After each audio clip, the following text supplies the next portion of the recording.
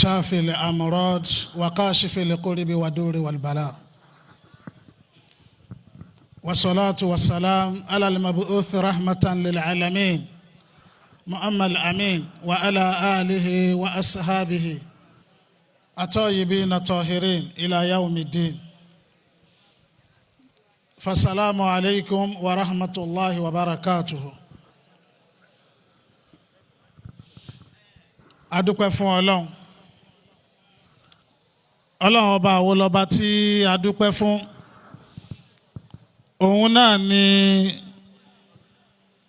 ọba tó lágbára láti ṣe ìwòsàn gbogbo ohun tí jẹ́ àìsàn ayé pátápátá yányá. Kì í ṣàìsàn nìkan o, gbogbo àdójúkọ àbípèníjà tó lè máa bọ́mọ ẹ̀dá èèyàn fínra lórílẹ̀ ayé, ẹni tó lágbára láti kó kúrò nínú ìgbésí ayé wa, òun náà lọ́ba tí a dá ọpẹ́ fún. Abẹ́lọ́hun gbogbo ìṣòro kíṣòro tó bá wa dé pápá wáàsí ní Ọ̀rànmíyàn grammar school nílé Ifẹ̀ níhàyín, Ọlọ́run má jẹ́ ó bá wa lọ lé mọ́. Wọlá agbára Ọlọ́run, wọlá ògo Ọlọ́run. Àlékún kẹ́ àti ìgẹ́ Ọlọ́run kó máa bá Nábì sallallahu alayhi wa sallam àti gbogbo àwọn sọ̀hábà lọ́kùnrin lóbìnrin, tó fi dórí àwọn bàbá wa nínú ẹ̀sìn Ọlọ́run táwọn náà ti jíṣẹ́ Ọlọ́run nílẹ̀ Yorùbá, ní Nàìjíríà, láfíríkà, táwọn náà ti jíṣẹ́ Ọlọ́run tí wọ́n ti lọ. Àwọn asàtẹ́rọ̀gọ̀dì tó dọ́kọ̀ dúró dọlọ́ṣinṣin, àwọn bá a ṣe tó jẹ́ pé tí wọn ò bá ṣe kò sí ti bá a láfẹ́ lá, Ọlọ́run mọ́sà bá a yọ́nú sí wọn. Àwọn bàbá wa tòní náà tí wọ́n ń gbìyànjú lọ́nà kan àbọ́nà míì, bàbá ìmáàmù fàpẹrẹ ó yẹ kí wọ́n máa sùn báyìí ni, ṣùgbọ́n àwọn náà wọ́n wá fìjókòó yẹ wá sí, àwọn náà wá ti ṣe Ọlọ́run. Abẹ́lọ́hun gbogbo ẹ̀yin bàbá wa, Ọlọ́run mọ́sà ìsàn yín lẹ́san dáadáa. A kí wa pẹ̀lú kíkí kan tí ó bá gbogbo àsìkò mu, kíkí tó já sí wípé ipòkípò téèyàn bá wà ó bá mu, téèyàn bá ń rí dùnnú ó bá mu, téèyàn bá ń rí dàkejì ó bá mu. Ó ń bẹ nínú Al-Qur'an orí 6 ẹsẹ̀ 54, Ọlọ́run ní bismillahir rahmanir rahim, wa idha jahaka alladhina yu'minuna bi ayatina faqul salamu alaykum. Tí wọ́n bá dé wá bá yín, àwọn tí wọ́n nígbàgbọ́ nínú àmì Ọlọ́run, ẹ máa kí wọn pé kálàáfíà Ọlọ́run máa bá wọn. A kí wa pé ìkẹ́ Ọlọ́run, ọlá Ọlọ́run àtòrí àjẹǹjẹ tẹ́ táwọn àgbàlagbà tí wọ́n túmọ̀ sálùbáríkà ọlọ́jọ́ máa bẹ́ẹ̀ nìkọ̀ọ̀kan wa gbé. A fi ìwé Lúùkù orí 10 ẹsẹ̀ 5, Bíbélì ní ilékílé tẹ́ ẹ bá fẹ́ wọ̀ ẹ kọ́ sọ níbẹ̀ wípé àlàáfíà fún yín o. A fi yẹn kí àwọn àlejò wa tí wọ́n wà ní pápá wáàsí. Látàrí ìjọba àsìkò, kò sí tí ustaz wa fi pẹ́ díẹ̀ tó ju pé kò pẹ́ tá a kúrò láàyè yìí náà lọ. Kò pẹ́ bá a ṣe kúrò ní rédíò, ibi la tún wá láti wá wò ó pé ṣé gbogbo àwọn ètò ti tò. But information tó tẹ̀ mí lọ́wọ́ ni pé wọ́n ó bá wa láìpẹ́ yìí. Arọ ẹnìkọ̀ọ̀kan wa bẹ̀ látòrí bàbá wa ìmáàmù àti gbogbo àwọn àwùjọ mùsùlùmí, ọlá kò ní rí bẹ́ẹ̀ pẹ̀lú ògo Ọlọ́run. Ẹ̀yin ẹrúsìn Ọlọ́run, Acadip Nigeria, iṣẹ́ wa tá a bá wo constitution wa, bó tẹ̀já sí pòfin tí ń gáìdì wa, òun náà ní kitabullahi wa sunnati. Tírà Ọlọ́run àti sunna nábì ní constitution tó ga jù.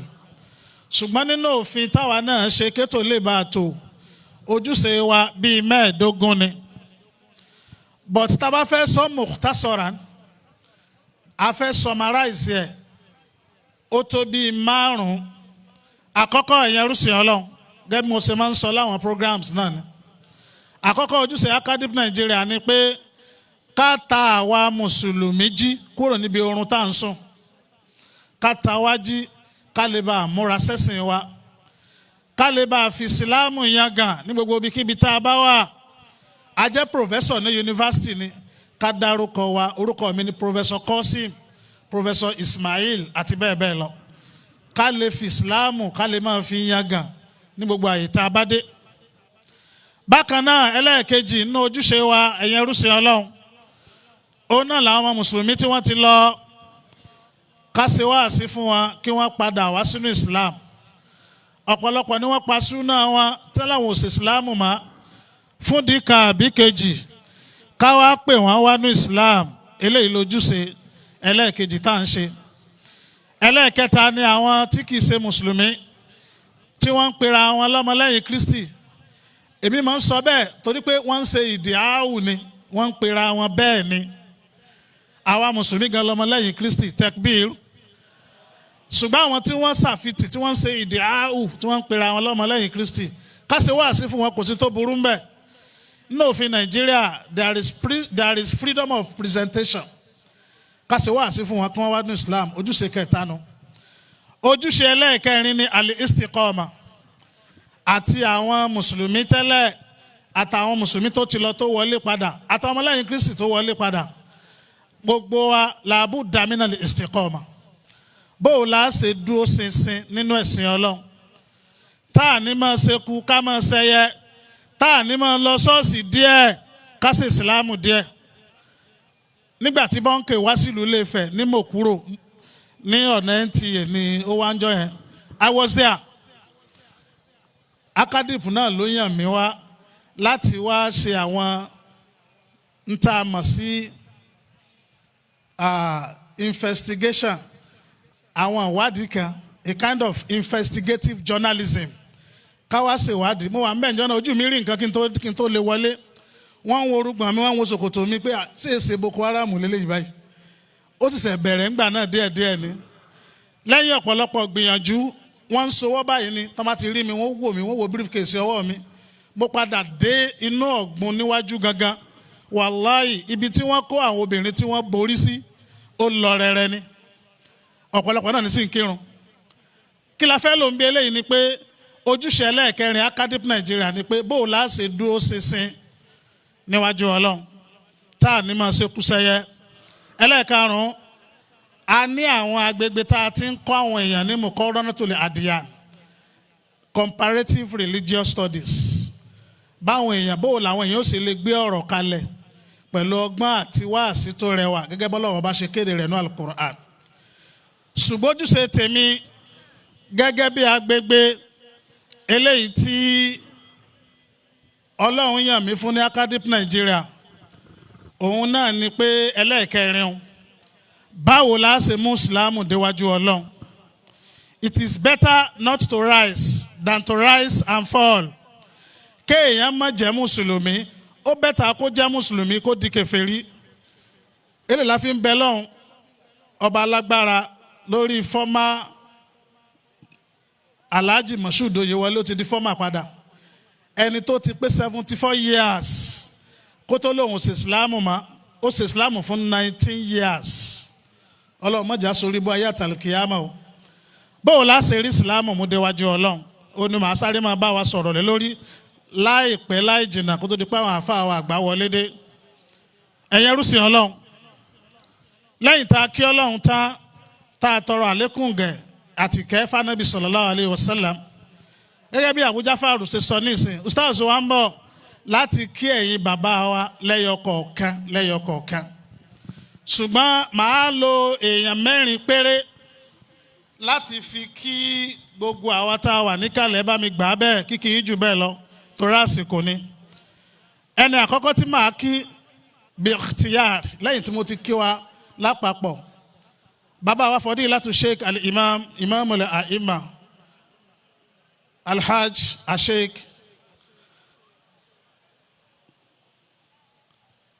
Abdulsami Abdulhamid Takbir abẹ́lọ́run ọba tó ti fi ṣe alámòjútó fún ìsìláàmù olúfẹ̀ ọlọ́mọdé ó dàrú mọ́ yín lọ́wọ́. Gbogbo ẹ̀yin tí ẹjọ́ ń ṣe ètò náà ọlọ́run jẹ́ ó máa dá a sí ni ọlá agbára ọlọ́run ọlá ògo ọlọ́run. Bàbá Honorable Imam mo kí Fadilatu Sheikh Alhaj Bushra Adédèjì Balógun Takbir àjọ wà láti àárọ̀ nílé bàbá ìmáàmù àjọ wà ní Central Mosque náà ni àtìgbà àtàgbà ọlọ́mọdé ó dàrú mọ́ yín lọ́wọ́. Màá kí bàbá Mufassirul Am libiladi Ilé Ifẹ̀ bàbá wa tí wọ́n bá wa ṣàlàyé alukur'an àwọn náà ní kọ́kọ́ bá wa sọ̀rọ̀ lọ́sàn-án kó tó di pé bàbá wa ìmáàmù gun mímbàrí Ọlọ́run mọ́sá bá ṣàlékún dáadáa fún wọn Fadilatu Sheikh Miftahu Yusuf Àkàndé Adédayọ̀ Ọlọ́run mọ́sá bá ṣàlékún dáadáa fún wọn. Ẹ gbà mí láyè mo sọ pé ustaz wa sì ń bọ̀ láti wá kí wa lẹ́kùnrẹ́rẹ́ ṣùgbọ́n mo kí bàbá wa tí Ọlọ́run kásẹ̀ ìlú yìí lé lọ́wọ́ káfàtà bàbá wa Muhammadu Ismail gẹ́gẹ́ bàbá wa ìmáàmù ṣe sọ lọ́sàn-án Muhammadu Ismail Àkàndé Adéyẹyè ẹni ìtàn Ògúnwùsì Ọ̀jájá ẹlẹ́ẹ̀kejì abẹ́lọ́hún ìlú yìí ọlọ́mọdé ó dàrú mọ́ wọn lọ́wọ́ ọlá agbára Ọlọ́run ọlá ògo Ọlọ́run gbogbo àwa tá a gbé tò dání gbogbo wa náà mo kí àsìkò tèmi kéré púpọ̀ ẹ bá mi gbà á bẹ́ẹ̀ gbogbo ẹni tó lò pé kíkí tọ́sọ̀hún mo kí yín náà bàbá kábíyèsí mo kí yín mo bí wọ́n ṣe kábíyèsí láàkì yín ni àbá sàlámọ̀ sí yín wọn ní méjèèjì ọlọ́mọṣàbá dó tì yín bá a ṣàlékún dáadáa fún yín. Gẹ́gẹ́ bí mo ṣe ń sọ bó o ní ìsìláàmù wa ó ṣe dúró déédéé òun ni agbègbè tí mo ti fẹ́ ra sọ̀rọ̀ láàrin àsìkò díẹ̀. A problem realized is half solved. Tí èèyàn bá ti dá ṣòro mọ̀ èèyàn ti rọ́nà àbáyọ sí ṣòro yẹn dé dajì ló fi jẹ́ sí pé nínú ìmọ̀ ìṣègùn òyìnbó diagnosis comes before treatment. Tí èèyàn bá fẹ́ lọ ṣe ìwòsàn nílé ìwòsàn aládàáni ní tìjọba ní àyẹ̀wò ní ó kọ́ ṣáájú. Ntọ́ lé àwọn èèyàn ní kúrò nínú Islam it has been identified. Nǹkan méjì náà ni ló lé àwọn èèyàn kúrò nínú Islam. Gẹ́gẹ́ bí mo ṣe máa ń sọ alákọ̀ọ́kọ́ ni aljahalu àbí aljahalatu. Àìmọ̀kan wàláì ó ń lé àwọn èèyàn kúrò nínú Islam tá a wà yìí. Àìmọ̀kan ń lé àwọn èèyàn kúrò nínú Islam. Ẹlòmíì wọ́n kàn sọ fún un lásán pé ẹ̀sìn Boko Haram tẹ́ ń ṣe káàkiri bẹ́ẹ̀ yẹn lẹ̀ ń pààyàn wàláì torí ẹ̀ ní òfìsì Islam mọ́ bọ́rọ̀ yẹn sọ̀rọ̀ akéré tó yẹn. Ẹlòmíì wọ́n kàn bí léèrè wípé ṣébẹ̀ lẹ́ẹ̀tì mọ̀nà ni èwo tún ni ihidi náà sọ̀rọ̀ tọ́lé mustaqim tẹ́ tún kà lójoojúmọ́ nínú Fatiha àti ẹnu ọ̀rọ̀ bó ṣe ra kéré mọ́ lẹ́lòmíì òfin ní wa mọ́sálásí mọ́. Whereas àti mọ̀nà Ọlọ́run ò fi wá rinlẹ̀ lójú ọ̀nà ìsìláàmù tá a ṣe kí ni tá a wà yìí ó ní túmọ̀ rẹ̀ lọ́dọ̀ àwọn àfa. Ìkan wà tí mo máa ń lò ẹnìkan bíi àfa àwọn àgbàlérè Adépọ̀jù níbi ọdún bíi 25 years ago lákùrẹ́ pé bọ̀t kí ló sẹ́yìn mùsùlùmí yìí náà tẹ́ ẹ tún máa ń kọ́ mọ́sálásí ṣé bínú Kùránì yín náà láti kà pé súrátù lè kọ́ ṣọ́ọ̀ṣì wáyé tẹ́ fi wá ń kọ́ mọ́sálásí ẹ fi súrátù lè kọ́ mọ́ọ̀sì ẹ fi hàn mí nínú Kùránì yín súrátù lè kọ́ mọ́sálásí kèfèrí ya wèrè gẹ́ o wà bàbá ìwé mùgán rẹ́rìn pé èwo tún ni súrátù lè kọ́ ṣọ́ọ̀ṣì so wà ń bẹ́ẹ̀ bẹ́ẹ̀ àbí òsì ń bẹ́ẹ̀ ìbẹ̀ǹbẹ̀ oní Quran 28 Suratu Al-Qasas ṣùgbọ́n àbòsí tó fẹ́ ṣe ni àwọn orientalist ni àwọn làwọn kan tí wọ́n train ni wọn láti máa tako Islam ẹ rí i pé béèrè yẹn ordinary Christian kò lè béèrè ẹ̀. ìkànnì àwọn àfáà wa tí wọ́n lọ kéwú ní Cairo ní Egypt wọ́n ní táwọn bá nínú kíláàsì àwọn tí wọ́n kì í ṣe mùsùlùmí wọ́n tó ìdajì àwọn táwọn jẹ́ mùsùlùmí wọ́n ṣe mùsùlùmí o ṣùgbọ́n wọ́n rán wọn lọ sí yunifásitì fa ní Egypt láti lè kẹ́kọ̀ọ́ nípa Islam kí wọ́n lè máa tako Islam ni. ìyá àwọn náà nírùngbọ̀n ṣòkòtò tiwọn náà ò tó lẹ̀ ṣùgbọ́n ìyàtọ̀ ni pé táwọn bá fẹ́ kírun wò ní báwọn kírun ìyàtọ̀ tí ń bẹ ń bẹ nu. wọ́n ti wá dà wọ́n sí gbòòrò irú wọn ló béèrè tí mò ń sọ̀rọ̀ rẹ̀ pé Suratul Qasas ṣebí wà nù yín ẹjá jọmọ Qasas ní èwo ni kò kú sí Suratu kọ́ mọ́sálásí nù Kùránì yín tẹ̀ ń lagídí. Ustaz àkọ́kọ́ gbọ́ yé ṣùgbọ́n àwọn àtẹ̀lé wọn lajá wọn sí ń jọ́ náà pé ntí kàtà rẹ̀ ń sọ rèé bọ́n ṣe gẹ́ẹ̀tì báyìí mo sì jẹ́rìí ẹni tí mo ní inú ẹni tó lè gbá ṣọ́ọ̀tì tí gòlé ó sá lọ òun ni àfa àwọn Adépọ̀jù ọlọ́mọṣàjáre wọn pẹ́ bọ́n ṣe gbọ́ yé wọn ní òkè ṣé ń ti ń sọ nìyẹn ṣẹ́yìn náà láìkì tẹ́ ẹ bá ti ń gba ire kẹ́ ẹ tún máa jẹ ìyà òun ò fẹ́ o ire nìkan ní kọ́lọ́ máa fóun òun ò fẹ́ ìyà ẹ̀hún bẹ́ẹ̀ ni Bíbélì náà Jeremiah Tekbir wàláì ibi tí a fọ̀rọ̀ pamọ́ sí ń jọ́ náà nu ìsúnmọ́ súrátù Kọ́sọ́ọ̀sì ni pé láti ìbẹ̀rẹ̀ dópin súrà yẹn Ọlọ́run fi sọ nípa ìtàn àwọn ẹni ìṣáájú àlè kọ́sọ́ọ̀sù ní jẹ́ ìtàn Ọlọ́run ní nahnu naqussu alayka hasanul qasas àwa Ọlọ́run là ń sọ ìtàn dáadáa fún wọ ànábì torí àsìkò kẹ́mi rẹ̀ lè bá a balẹ̀ nínú ìsìlámù pé ìsìlámù lọ́nà ó wàá fẹ́ sọ lárúbáwá di Yorùbá mọ́ wa lọ́wọ́ tí wọ́n bá fẹ́ nìkan lákàámọ́mọ́ kọ́nà tí wọ́n ní tán fi hàn nù Kùránì pàápàá Kùránì Yorùbá bọ́n ṣe tú náà nù bọ́n ṣe kọ́ nù ní headline Yorùbá tó bá rí Suratul Qasas káwá mọ́sálásí mọ́ kódà yóò kọ́ ṣọ́ọ̀ṣì dánwò láti tẹ̀lé nítorí nù Kùránì whereas kò sì rí bẹ́ẹ̀ ló mọ̀ fẹ́ sọ pé àìmọ̀kan lé àwọn èèyàn kúrò nínú Islam wàláì alijahalu awel jahala ó lé àwọn èèyàn kúrò nínú Islam but àwọn stars wa ń bọ̀ wá yanjú yẹn nǹkan kejì tí ń láwọn èèyàn kúrò nínú Islam ní problem wàláì ìṣòro ń láwọn èèyàn kúrò nínú Islam kódà ẹnu àwọn tó ṣẹ́kù tí wọ́n yìí lọ torí àdéhùn Ọlọ́run àti gbìyànjú àwọn bàbá wa tí wọ́n wà níkàlẹ̀ yìí ní tí wọ́n ń ṣe lọ́nà kan àbọ̀nà mi ìrànlọ́wọ́ ìkúnlọ́wọ́ tí wọ́n ń ṣe lẹ́lòmíì fi wà ní Islam dòní tá a bá wá ní ìṣòro ó lè jẹ́ méjì nínú kó jẹ́ àìsàn ìṣòro àìsàn ó lẹ́lòmíì kó nu Islam n tó dá mi lójú ni mò ń sọ mo ti sọ tí mò ń sọ yìí ó ti pé 22 years kéèyàn má kọ́ṣẹ́ gan kó má kàtírà gan ẹnu ìrírí lásán tá à ní lójoojúmọ́ ó tó ń tí èèyàn fi lè bá àwọn èèyàn sọ̀rọ̀ tí wọ́n sì gbọ́ yé bí ọdún bíi 6 sẹ́yìn mọ̀pó kan ọ̀gá ọlọ́pàá ni kò róorun sùn wọ́n wá gbé wá sí ìwòsàn rọrùn kódà kò lè dá dìde pẹ̀lú aṣọ ọlọ́pàá náà ilẹ̀lẹ̀ ló sùn sí tá a fi ṣe tó yẹ ká ṣe fún tánàbì kọ́ wa bọ̀tùgbà tó wá lálàáfíà tán mo wá ń bí léèrè pé bọ̀tìbó náà ti ń gbé ń bọ̀ oníṣọ́ọ̀ṣì náà ti ń gbé ń bọ̀ gbogbo ariwo ló ń pa kán má gbé òun lọ ó níbẹ̀ ni wọ́n gbé òun lọ ní kò dẹ̀ sí tóun fẹ́ ṣe táwọn èèyàn bá ti lè níṣòro kékeré báyìí ṣọ́ọ̀ṣì ni máa ń bẹ lẹ́mìí wọn nǹkan tó dẹ̀ fà á nǹkan ẹyọ kan náà ni ó ní ntáwa máa ń pè ní rédíò ní the power of advertisement àwọn kan yóò advertise subhanallah program tí ń bẹ lórísun tó jẹ́ program islamu tá a bá kà á tó bá pé 6 láàrin ọ̀sẹ̀ kò lè pé 7 tó dá mi lójú ni lẹ́ni nísìn program àfáwà Mr. G imam Mr. G program òkè òpósù wáàsí kan bẹ láago bíi 5 kọ́ ni so bẹ́ẹ̀ abáríkà jimá láàárọ̀ ìgbà tẹ́mi wà ń bẹ̀ òdodo farahàn gbogbo ẹ̀ kò pé 7 program ọmọlẹ́yìn Kristi láàrin ọ̀sẹ̀ yóò lé 50 bẹ́ẹ̀ gbé rédíò sórísun ntẹ́ mọ̀ gbọ́ nípa Jésù sáyé ẹ bẹ́ẹ̀ gbé sí crown bẹ́ẹ̀ gbé sí unique bẹ́ẹ̀ gbé sí rave Jésù yìí náà ni o ntọ́dẹ̀ fà á ni wípé báwa ṣe ṣọ̀kan nínú ìsìlámù yìí wọn ò ṣọ̀kan bẹ́ẹ̀ oníkálukú ní advertise ṣọ́ọ̀bù ẹ̀ bíi ṣọ́ọ̀bù ni bẹ́ẹ̀ ni pé èèyàn dá business kalẹ̀ téèyàn ta recharge card àbẹ́yàn ṣe POS bẹ́ẹ̀ ni chọ́ọ̀chì kọ̀ọ̀kan ṣe wà oníkálukú ló ti fẹ́ pariwo chọ́ọ̀chì ara rẹ̀ kówó lé wọlé tóbi dàbẹ́ ni pé òun lẹ́ẹ̀mọ́ gbọ́ sáásá nù òun lẹ́ẹ̀mọ́ gbọ́ sáásá ìṣòro táwọn èèyàn máa ń ní tó ń lé wọn méjì ni inú kó jẹ́ àìsàn tàbí kó jẹ́ àdójúkọ ayé life challenges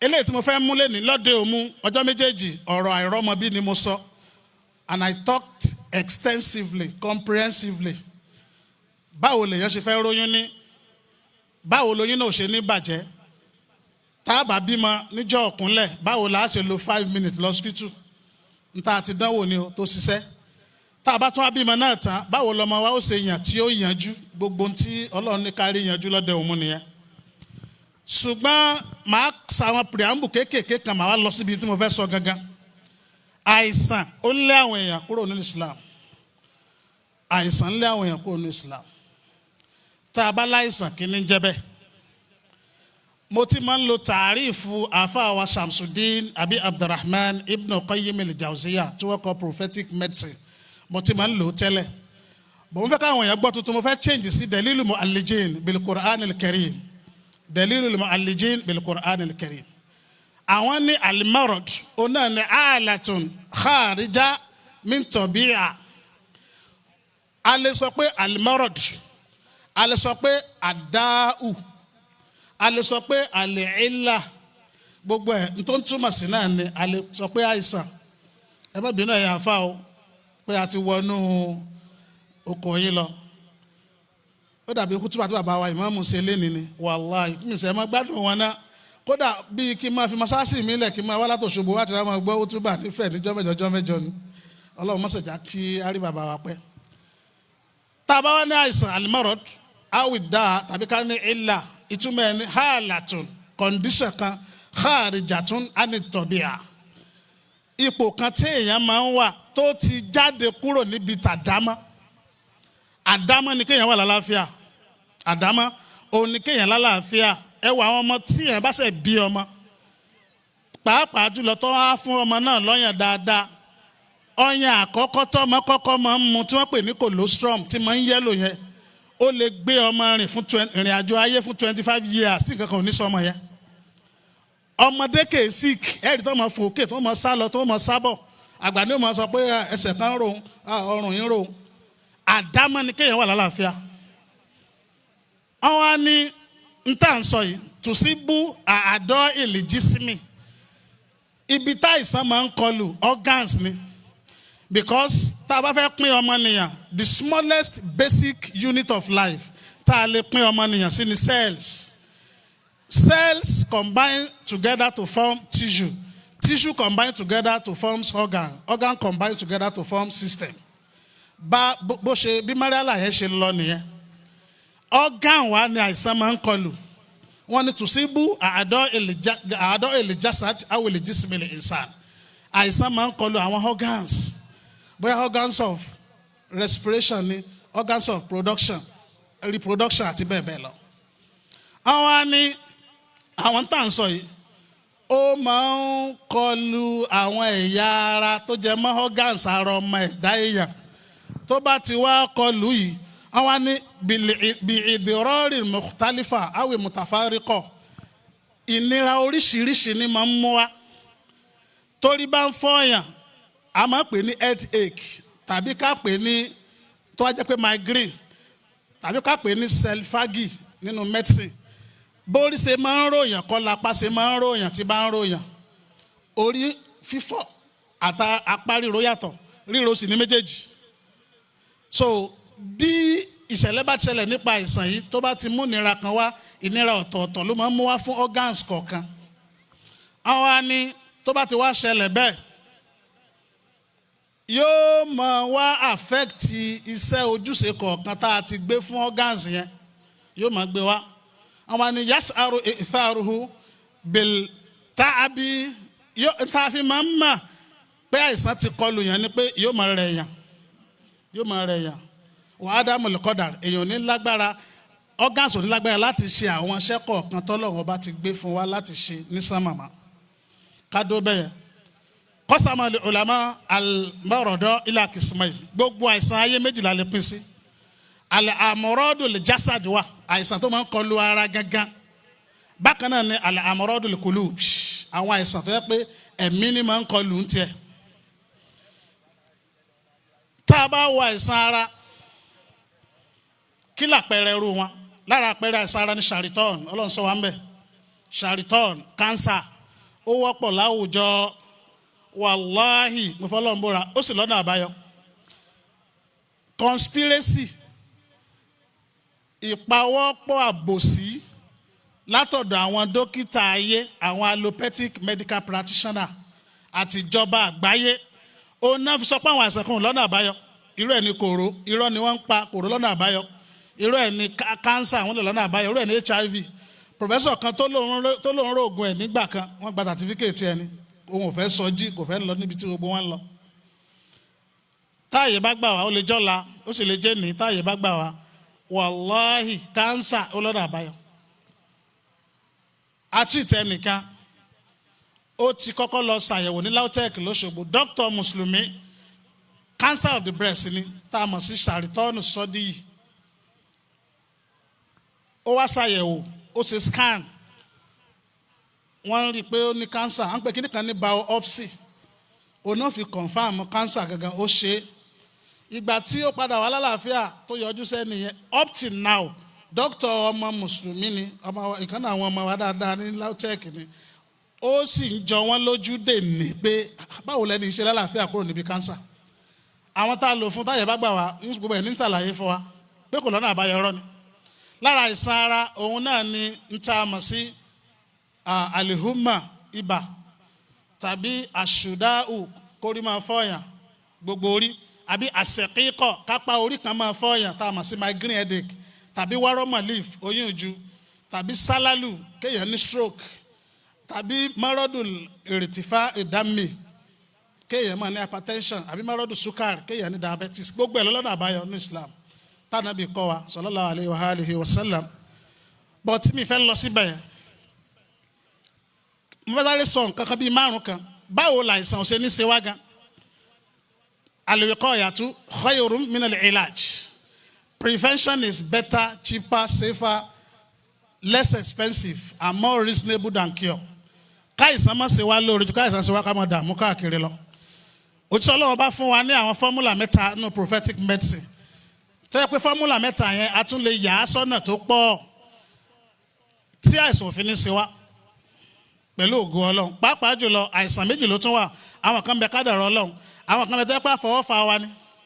Alákọ̀ọ́kọ́ tí máa ń tí ì jẹ́ káìsàn ó ṣèèyàn lọ́pọ̀lọpọ̀ gbà òun ni tá a mọ̀ sí hifsu siha. Àlàáfíà la fi wá síbi lecture yìí nísìn. Àlàáfíà yẹn káwá máa sọ bá a ṣe ń sọ àlàáfíà mọ́tò. Tá a bá sáfìsì mọ́tò báyìí a ti kọ déètì ilẹ̀ pé mo sáfìsì ọkọ̀ mi ní January tó àìdé April báyìí a lọ ra ọ́ìlì nu. Tá a bá lè mójútó ara wa bẹ́ẹ̀ tá à ń sọ àlàáfíà yẹn bí ẹni pé èèyàn ń sọ dẹ tí ń sọ nǹkan èyí mọ̀ bẹ́ẹ̀ lálàáfíà. Bó o láṣẹ wá sọ àlàáfíà yẹn òun náà ni tá a mọ̀ sí ká jìnnà sí àwọn nǹkan kan tí máa ń fa àìsàn. Lára ẹni àtẹ̀dìkín kéèyàn máa fa sìgá kéèyàn máa mọ ògógóró kéèyàn máa mọtí. Àfáàwà kan tọ́ríkọ̀ àlùjúhùfì ọlọ́ba Ànábì rẹ̀ sallallahu alaihi wasallam ya Rasulullah káyífà nàtàdáwà bilhamuri ya Rasulullah kí ló rí sí ká máa ṣe ìwòsàn pẹ̀lú ọtí. Ànábì ní alhamru laisa bidawa ọtí kìí ṣe àìsàn o kìí ṣe ìwòsàn o walakinna huwa da àìsàn lòun gan. Ẹ ń bá lálàáfíà tẹ́lẹ̀ tán gbé lọ laboratory tí wọ́n gbé lọ nú gbogbo ẹ̀ tí wọ́n rí pé 100% ó lálàáfíà bó tẹ̀ pa àlè rí tá a bá lè rí bẹ́ẹ̀ téèyàn bá tó bá fi lè ro ọtí sẹ́nu ìdérí ọtí báyìí tó kàn sẹ́nu kán lọ ṣàyẹ̀wò fún padà ó rí pé kò lálàáfíà mọ́ torí pé ọtí gangan fúnra rẹ̀ àìsàn ni. Ẹlẹ́ẹ̀kejì tó rásìkò òun ni alistifrogi alimawadi alifasida ntọ́ bá ti bàjẹ́ nínú ara ẹ tì í jáde. Irú ẹnìtọ̀ títọ̀ bá ń gbọ̀n yàn òfin ìwòsàn ní ká tètè lọ máa tọ̀ kódà ká wà nínú ọkọ̀ ẹ dákun mo fẹ́ tọ̀ o kéèyàn máa jẹ́ kí tọ̀ pẹ́ nínú bladder yóò generate àwọn microorganism kan tí yóò padà fa àìsàn sínú ara wọn. Gbogbo nǹkan tí bá ti ń bẹ lára tó ní ìdí ká tì í jáde wàláhì àfi ká tì í jáde. Lára ẹ̀ ní pé gbẹ̀ngbẹ̀yàn kéèyàn máa rún mára. Lára ẹ̀ náà ni pé tátọ̀ bá pọ̀ lára èèyàn jù lọ́kùnrin yóò cause problem. So ló fi já sí wípé gbogbo àwọn nǹkan Ànábì kọ́ wa bẹ́ẹ̀ sallallahu alaihi wasallam. Ẹlẹ́ẹ̀kẹta òun ni al-khamiyatu anil muhudhi gbogbo ohun tó bá jẹ mọ́ ìdọ̀tí ẹ̀gbin ká jìnnà sí. Àwọn àgbàlagbà ilẹ̀ Yorùbá wọ́n ní àìsàn burúkú tinú ẹ̀gbin ṣe kí ni o ó tinú ẹ̀gbin là wá. Ọ̀pọ̀lọpọ̀ tí máa ń ṣe àwọn èèyàn nínú àìsàn ọ̀bùn àti ìdọ̀tí ni máa ń fà á. Lára ẹ̀ òun náà ni kéèyàn má jẹun tó balance. Kò sígbà tá a lọ fún sẹ́mínà nílùú òyìnbó láyé òyìnbó kan bẹ kò lè má lo language yẹn Tijani most disease you see in human being is as a result of one nutritional deficiency or the other. Tí ọ̀pọ̀lọpọ̀ àti àti mọ̀ ń ṣe wá ìjẹkújẹ ìmọ̀jẹ oúnjẹ tó ṣara lóore ó máa ń fà á. Kí n dó níbẹ̀ yẹn nípa prevention. N tó wù mí láti sọ lẹ́ni gẹ́gẹ́ òun ni tó ní nǹkan ṣe pẹ̀lú gbogbo ń ṣe. A ṣe wá sí lálẹ́ yìí nísìn àbá ti ń ṣe lọ́la nísìn a stop kálukú gbalẹ̀ rẹ̀ lọ. Bọ̀ mo fẹ́ fi wá sínú ìwúlò tí ẹ pé táwa bá lọ tán yóò tún máa bẹ fún wa. Mo fẹ́ ṣàlàyé níta tí mo fẹ́ sọ lálẹ́ yìí mo sọ pé àìsàn lè jẹ́ àìsàn ara tàbí kó jẹ́ ṣòro ayé. Tí mo fẹ́ ṣàlàyé lẹ́nu wọn bá ìmọ̀tọ́lọ́run fún mi méjèèjì ló ṣiṣẹ́ fún. A lè lò fún àìsàn ara a dẹ̀ lè lò fún àdójúkọ ayé. Torí pé àdójúkọ ayé sọ àwọn èèyàn di kèfèrí ẹlòmíì gan lè wà ní Islam ẹlòmíì ń ṣoògùn owó, ẹlòmíì ń borí òkú lọ́wọ́ rẹ̀, a lot of things lẹ́lòmíì ń ṣe. Obìnrin kan jọ́ kan wọ́n mú wá láti ìlú kan nínú àwọn ìlú tí ń bẹ nílẹ̀ Ifẹ̀ yìí náà ni, àwa fẹ́ ṣe rúkíá fún wọn ló lẹ́gbẹ́. Mo wá bi léèrè pé àwọn nǹkan wo lẹ ti ṣe, ó láwọn ti dirò ẹgbẹ́. Bó o lẹ ṣe dì í? Ó ní wọ́n ṣe ìpèsè sínú gbání ńlá, òun wá gbé ní hòhò láago 9 alẹ́. Mo wá bí pé àwọn èèyàn máa rí ọ ní lálẹ́ ilẹ̀ ò tí ì sùn ní hòhò. Ó lọ́kọ̀ òun ló dó tí ń lé àwọn èèyàn padà, tí ń lé àwọn èèyàn padà. Àwọn èèyàn ń dara wọn láàmú gan lórí tí ìsìláàmù ò tiẹ̀ sọ pé ká ṣe wàhálà tó tó bẹ́ẹ̀. Eléyìí tí mo fẹ́ sọ yìí, òun náà ni mo pè ní ahamiyatu ma Zamzam. Omi sẹ̀mìsẹ́mì kí n pè báwọn bàbá wa àtìyá wa ṣe máa ń pè. Kí làlàyé tó jìdò nípa rẹ̀? Kí sì làǹfààní ẹ̀? Tá a bá ti lè gbọ́ lẹ́kṣọ̀ yìí, tá a sì nóòtì ẹ̀, wàláhì yóò fòpin sí báwọn èèyàn ṣe ń dààmú káàkiri. Wàláhì ntí àwa mùsùlùmí ntá àwọn wá káàkiri gẹ́gẹ́ bí mo ṣe máa ń sọ ń bẹ lápò ṣòkòtò wa. Ànábì wa Muhammad sallallahu alaihi wasallam ní likuli da'in dawa. Gbogbo àìsàn ló ní ìwòsàn, gbogbo problem ló ní solution nínú Islam. Ìṣòro tọ́pọ̀lọpọ̀ mọ́ ni pé àwọn èèyàn lè béèrè, àwọn àgbàlagbà sínú wà ń kalẹ̀ wọ́n ní àìdàgbà kọjá mi ò mọ̀nà Ṣakí. Èyí ó béèrè ni. A sì rọ wọn bàbá wa náà tán bá ti ń bi wọ́n léèrè kán dá àwọn èèyàn lóhùn. Àsìkò tá a wà yìí, tá a bá fẹ́ kí mọ́sálásí ó máa kún, kí gbogbo àwọn Islamic program ó máa kún, àfi ká ṣe àwọn èèyàn láǹfààní o. Ó ló jẹ́ kí n sọ àwọn àkòrí tí mò ń sọ nípa rẹ̀ lẹ́nu ọjọ́ mẹ́ta yìí. Mo stop program Orísun níbi ọdún lẹ́yìn tí mo lọ́dún 7, torí pé àwọn èèyàn padà sí program yẹn gbọ́. Ìdí ni pé tí máa ṣe lecture báyìí, màá ṣe pé ẹ lọ ṣe fúnra yín, nǹkan báyìí lẹ́ẹ̀lò, nǹkan báyìí lẹ́ẹ̀lò gẹ́gẹ́ bí àkọọ́lẹ̀. Ṣùgbọ́n èmi làwọn èèyàn wá káàkiri. Tí máa ṣe lecture lákàdìpù náà lórí ọ̀rọ̀ àlìjànú, lórí rúkìá, èmi náà máa wá káàkiri, máa wò pé okay, màá máa ṣe àwọn tọ́píìkì tẹ́ẹ̀fì máa wá mi ká mọ́. Because èmi táwọn wá káàkiri ò ráyè. Nǹkan tí mo sì ń ṣe pọ̀ yàtọ̀ síṣẹ́ ìwòsàn. Mo wá wò pé okay, tí máa ṣàlàyé nípa Zamzam nílé Ifẹ̀, àwọn èèyàn lè lọ rà á ní Central Mosque, wọ́n ń ta káàkiri, ẹ lọ rà á ń bẹ̀. N tá a bá ní kẹ́ ẹ ṣe lé lórí, ẹ ṣe lé lórí. Kí n tó wá wọnú rẹ̀ lọ, ìwé kan wà tá a pè ní ìṣọ́ àti ìwòsàn. Ó jẹ́ prógráàmù tí mo ṣe lọ́dún 7 lórísun FM níbí ilé Ifẹ̀ níbí náà ni. Òdodo farahàn tí gbogbo wa mọ̀. Mo ṣe fọ́dún 7, ìgbà tó wá dọdún 9, mo wá kúkú sọ dìwé. Ó wá ṣe pàtàkì kí everybody ní. Kò túmọ̀ sí pé polówó ọjà, kò túmọ̀ sí pé èèyàn fẹ́ tajà. Màá dẹ̀ sọ reason tẹ́ fi mọ̀ pé kéè ṣe bẹ́ẹ̀ nísìn. Ìwé yẹn gbogbo alamọ̀ pé nǹkan wá. Mo máa print ẹ̀ tẹ́lẹ̀ ní 400,000. Mo wá print ẹ̀ last week, àná la lọ kó ní 950,000 naira. Ìgbà táwọn print ẹ̀ ní 400, ìyẹn 2,000 copies. I'm printing 400,000 naira. I'm turning 500. Nísìn copy 200 copies, 2,000 copies yìí náà, ó ti wá di 950,000. Adẹ̀tún tà ní 500 náà, tẹ̀gbìrú. Ṣé mọ̀ kó yẹ kó times 2 ni? Ó yẹ kó di bí 1,000. But torí pé a fẹ́ kó ṣàwọn èèyàn láǹfààní ni. Eléyìí ló fà tó fi jẹ́ pé price rẹ̀ kò change. Iye tá a sì fi ń print ti times 2 ó tún lé. Ló fi jẹ́ pé kọ́lọ́ ọmọ ṣàìsàn wa lẹ́sàn dáadáa.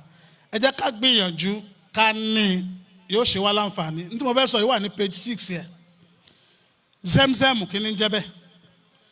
Zamzam ní omi àlùbáríkà ìṣẹ́lẹ̀ ẹ̀rú kan, omi ìwòsàn kan, omi àánú kan. Tọ́lọ́run ọba rán màláíkà Jibril alayhi salam láti lọ gbẹ́ sí àárín gbùngbùn Mẹ́kà fún lílò gbogbo ọmọ ẹ̀dá èèyàn. Bá a ṣe lè sọnù ní ta'arif mukhtasara ní sọmárílẹ̀. Zamzam tá à ń sọ̀rọ̀ rẹ̀ yìí, kí ni ìpìlẹ̀ rẹ̀? Li anna kulla shay'in turaddu ila asliha. Gbogbo nǹkan á máa dá padà sí ìpìlẹ̀ ni. Kí ni ìpìlẹ̀ Zamzam? Ká lọ wọnú al-Qur'an, ń fẹ́ máa máyà àti hadisi wa tó ráàsì kò ní. Ọlọ́run pa ànábì wa Ibrahim Ọlọ́run pa láṣẹ láti mú ìyàwó rẹ̀ kékeré tá a mọ̀ sí Hajara kúrò ní Palestine lọ sí agbègbè Saudi Arabia, ààyè tó jásí pé gaira di zeriin desert ni, kò sóúnjẹ kò sí nǹkan kan bẹ́ẹ̀. Àwọn olùmọ̀tọ́ ọ̀bọ̀ tábàlọ́ka tafsir Ibn Kathir àti Anwa'ul Bayan fil Ida'il Qur'an bil Qur'an àtàwọn kútùbù tafasir wọ́n já mọ̀ wípé torí pé Ọlọ́run ti ṣàdéhùn pé ànábì wa Isaac tó jẹ́ ọmọ ìyàwó àkọ́kọ́ Ọlọ́run fẹ́ sọ di ní ńlá, Ọlọ́run fẹ́ sọ Ismailu ọmọ ìyàwó kékeré Ọlọ́run fẹ́ sọ di ní ńlá. Bẹ́ẹ̀ sì ni ọ̀gá méjì ò lè gbénú ọkọ̀ kan náà. Bàbá ìmáàmù ẹyọ kan ni wọ́n lé ní ìmáàmù méjì yóò di wàhálà. Ọlọ́run ní ìwọ Isaac máa dún Palestine gẹ́gẹ́ bí Júù àtàwọn àrọ́mọdọ́mọ rẹ̀. Ismail wọ́n lọ bẹ̀rẹ̀ ìgbésí ayé tuntun ní Mẹ́kà. Báyìí ni wọ́n wà ń bẹ̀, wọ́n mú oúnjẹ díẹ̀ àtomi díẹ̀ dání. Ànábì wa Ibrahim fi wọ́n sílẹ̀ nínú dẹ́sáàtì nínú igbó tí ò sẹ́nìkan. Ó wá ń lọ bó ṣe fẹ́ pakọ́nà jẹ báyìí. Ìyàwó àlùbáríkà wa bọ ọkọ ẹ̀ léèrè pé ìrẹ́ ọkọ mi ó mà fẹ́ mi àtọmọ mi ò pò lò sínú igbó yìí. Sọ́lọ́run ló pa ọ́ láṣẹ yìí kó o ṣe bẹ́ẹ̀. Ànábì Ibrahim ní bẹ́ẹ̀ ni Ọlọ́run ló ní kí n ṣe bẹ́ẹ̀. Ìyàwó ti gbà, wọ́n bẹ̀rẹ̀ sí ní lò gbèsè ayé ìyá àtọmọ àṣẹ̀ṣẹ̀ bí pẹ̀lú dàbínù díẹ̀ àtomi díẹ̀. Kò pọ́jọ́ kò pósù oúnjẹ tán omi tán ẹ̀yẹn rúṣin Ọlọ́run. Ọmọ yìí fẹ́ kú ò láyé torí pé fákìdù ṣe ńlá yìí ùtì àbí làyé ùtọ̀ nítorí wàá wù ọ́ kó sọnù méjèèjì. Ẹni tí ò ní ò lè fún ni. Ìyá òrò ń jẹjẹ báwo ló lè fẹ́ fọ́mọ lọ́yàn? Ọmọ ṣe bí ẹni pé ó fẹ́ kú ò láyé látàrí ebi àtòǹgbẹ tó le koko.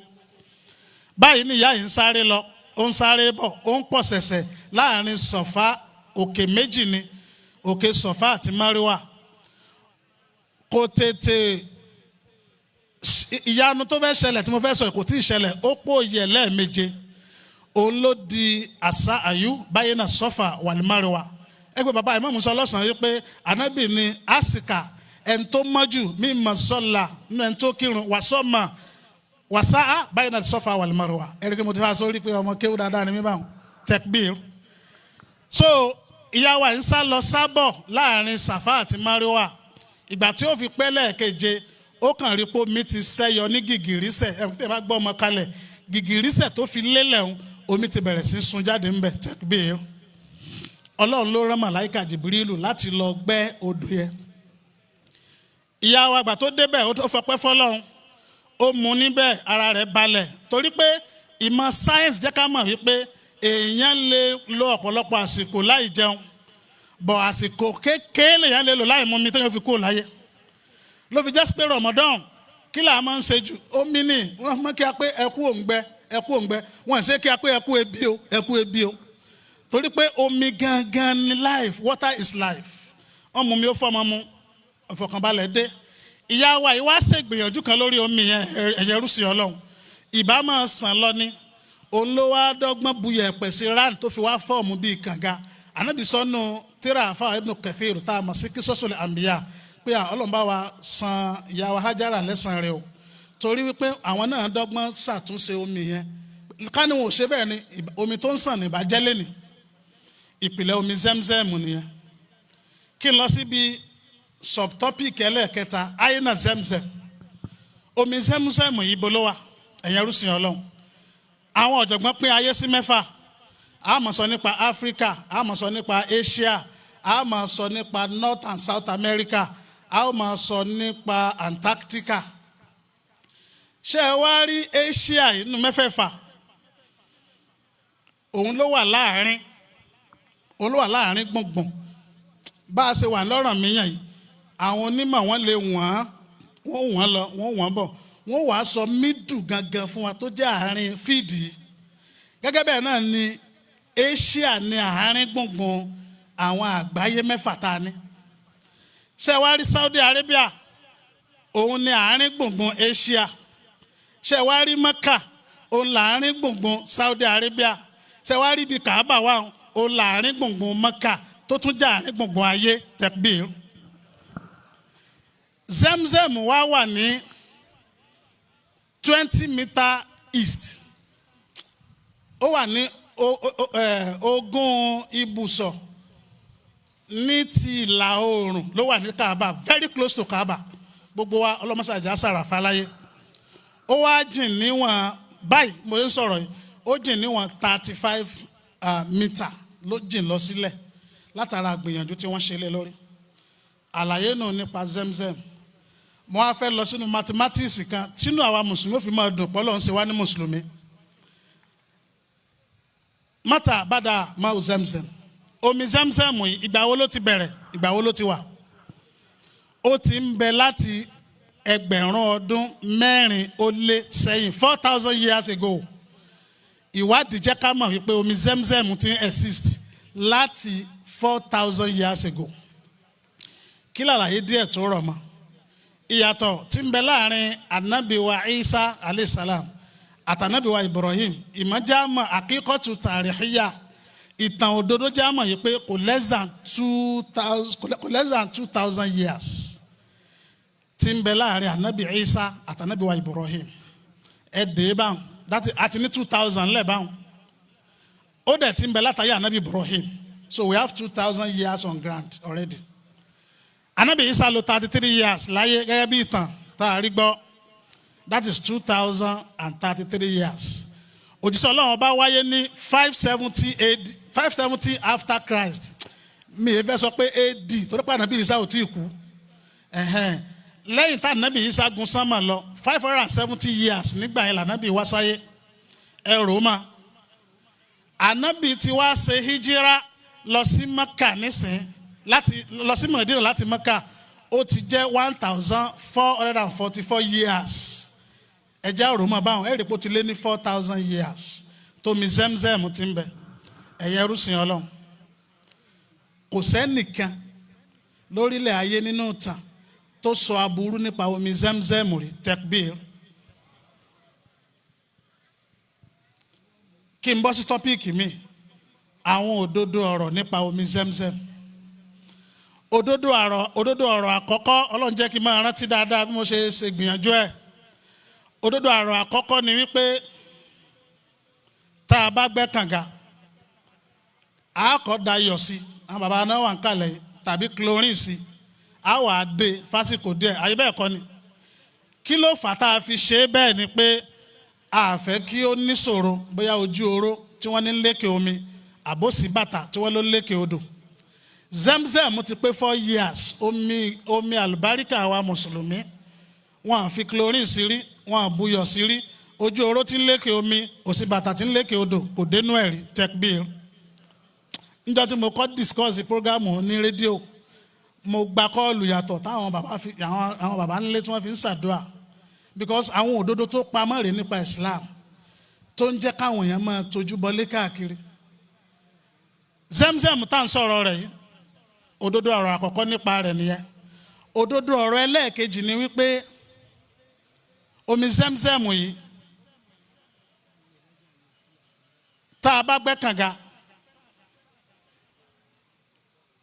kànga mi ń bẹ inú òjò nìkan ló máa ń mú mi wá wọn ò ní bójòdè bẹ́ẹ̀ rùn lọ láti 4,000 years omi Zamzam ò gbẹ́rí kò sí ọdún kan àwọn alálàájì ni o àwọn alálàájá ni o tí wọ́n wá dé Mẹ́kà tí wọ́n ní wọ́n mọ̀ ní kò sí Zamzam lọ́dún yìí láti 4,000 years ago ẹ máa wo àwọn nǹkan tọ́lọ́run bá tó fi gbá ìsìláàmù lẹ́gbẹ̀ẹ́ tí fi ń sọpẹ́ sí òdodo ni kábí àwọn ẹlẹ́sìn míì náà níbo lomi tí wọ́n wà bó tẹ̀já sí pé tí n bá lọ send ọjà ní DHL lóṣogbo bí a sí Amẹ́ríkà àbí London àbí kínní àwọn èèyàn náà máa bu omi ọ̀ṣun wá omi ìdọ̀tí táwọn èèyàn yàgbẹ́ sí wọ́n tún máa sanwó ribiribi láti fi send ẹ̀ máa wò pé Ọlọ́run mọ́sà bá wọn fà àwọn eléyìí mọ̀nà wọn kálukú náà ló ń proof pé òun náà ní nǹkan kí n fò fẹ̀rẹ̀ lọ síbi alifariku bayinama Zamzam wasari limiya filad ìyàtọ̀ wo ló ń bẹ láàrin omi Zamzam àti àwọn omi yòókù láyé tó fi wá pa bambari tó bẹ́ẹ̀ alákọ̀ọ́kọ́ ni pé àwọn èròjà kan ń bẹ tára bùkátà sí lọ́pọ̀lọpọ̀ nínú science a máa ń pè ní macronutrient àbí macroelement irú ẹ̀ ní bí magnesium irú ẹ̀ ní bí calcium àwọn èròjà yìí pọ̀ díẹ̀ nínú omi Zamzam Ọlọ́run ló ṣe é bẹ́ẹ̀ ju àwọn omi yòókù lọ tekbir ló fi jẹ́ pé tí èèyàn bá lọ Mẹ́kà ló lè yé bàbá wa dáadáa tí wọ́n ti lọ tí alálàájì bá tawaf tó ṣe náfìlà ní maqama Ibrahim tó lọ ṣe sáháyù bayna Safa wal Marwa èyàn làágùn yóò fẹ́ rẹ̀yàn téèyàn bá ti lè mu Zamzam báyìí ẹnájì yẹn máa dé ní kíákíá téèyàn ó léegun láti tún tàwáàfù ìgbà again. ọdún tí mo kọ́ lọ Mọ́kà every day mo mọ́ tàwáàfù tó ẹ̀ 5 sẹ̀ǹpẹ́ tó rù gbẹ́ngbẹ́ tó bá rómi yóò mú kinní kan sí omi la nǹkan kan ìdá ẹ̀ ṣe wá ara lọ bí Zamzam àmú ni. So macro element ni tó wà nínú ẹ̀ calcium magnesium ó pọ̀ díẹ̀ ju àwọn omi ordinary lọ eléyìí ló fi já sí pé máa ń fún alálàájá àti alálàájá ní okun tán bá ṣe ṣiṣẹ́ hajj tán. ìyàtọ̀ ẹlẹ́ẹ̀kejì nínú omi Zamzam àti omi tó ń bẹ láyé òun ni wípé tá a bá pọn mi kalẹ̀ a bá pọn mi òjò kalẹ̀ tó bá ti ń lọ bí oṣù mélòó kan rí ta ń wíjí nínú ẹ̀. omi Zamzam bẹ́ẹ̀ pọn kalẹ̀ fọdún 5 lè rí ta ń wíjí lè rí nǹkan kan tó jẹ mọ́ dọ̀tí náà yóò máa kan gábẹ́ ẹni pé ẹsẹ̀ pọn lánàá ni. nínú àwọn ìyàtọ̀ tí ń bẹ níbẹ̀ nìyẹn. lára rẹ̀ ni pé omi Zamzam jẹ́ oúnjẹ, omi Zamzam jẹ́ omi Zamzam tún jẹ́ oògùn ìwòsàn tekbir. iṣẹ́ 3 ní í ṣe. àáfàá wa Abu Dhar al-Ghifari wọ́n lò 40 days ní Kaaba wọ́n dágbére fún Ànábì pé àwọn fẹ́ lọ ṣèjọ́sìn ní Kaaba láyé Ànábì sallallahu alaihi wasallam. wọn wàá mú oúnjẹ dání wọn mú nǹkan kan dání tó oúnjẹ tẹ́bí bá ń pa wọ́n mú mi Zamzam tó wá fẹ́ rẹra díẹ̀ wọ́n mú mi Zamzam tó lùgbẹ́ bá ń gbẹ wọ́n mú mi Zamzam tekbir. ó wà níbàámu pẹ̀lú kí n sáré lọ bí tọ́píìkì mi kí n tó padà òun ni akwal wa athar àbíká ni athar wal akwal alama Zamzam fil adi Rasulillahi sallallahu alaihi wasallam. àwọn ìtọ́kasí àti àwọn ọ̀rọ̀ tá Ànábì sọ nípa omi Zamzam. alákọ̀ọ́kọ́ ìyàwó Aisha náà gba hadith yìí wá ó ń bẹnu kitabu al-hadith Ibn Majah. Ànábì wa Muhammad sallallahu alaihi wasallam ni ma'u Zamzam lima shuriba lahu. Ànábì ní omi Zamzam ntẹ́ ẹ bá torí ẹ̀ mú níṣẹ́ tí ó ṣe bẹ́ẹ̀ bá mú gbórùgbẹ́ngbẹ́ng yó pẹ̀lú àṣẹ Ọlọ́run tẹ́ ẹ bá mú táìsàn bá ń ṣe yín lálàáfíà pẹ̀lú ògo Ọlọ́run tẹ́ ẹ bá mú gbórùgbẹ́ngbẹ́ng lálàáfíà. Ànábì ló sọ bẹ́ẹ̀ sallallahu alaihi wasallam. ẹ dákun kí là ń wá káàkiri eléyìí àáfàá wa Abu Hurairah àáfàá wa Jábìrù ibn Abdullahi náà gba hadith eléyìí wá ó ń bẹnu Bukhari ó ń bẹnu Muslim. Ànábì wa Muhammad sallallahu alaihi wasallam ní afdalul ma ala wajhil arid ma'u Zamzam. Ànábì ní omi tó dáa jù lórílẹ̀ ayé omi Zamzam ni.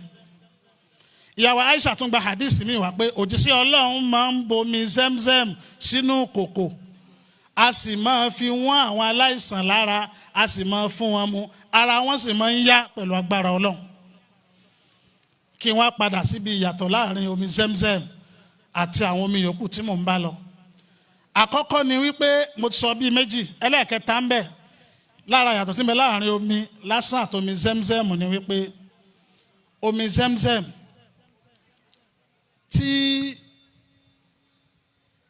a bá fẹ́ lò ó fún wòsàn tá a bá bẹ lọ́hùn sí result tá a máa rí ó ga ju kásàdúà sínú omi lásán lọ. ẹlẹ́ẹ̀kẹta nù. ẹlẹ́ẹ̀kẹrin wọ́n pa arákùnrin kan ní Masaru Umoto mọ́sálọ́dẹ òmu ní fẹ́rẹ́jógí díẹ̀ onímọ̀ sáyẹ́ǹsì ni ọmọ Japan ni. ṣàmùpá àwọn òyìnbó àwọn máa ń gbé gbogbo nǹkan wọn sórí ìwádìí ìjìnlẹ̀.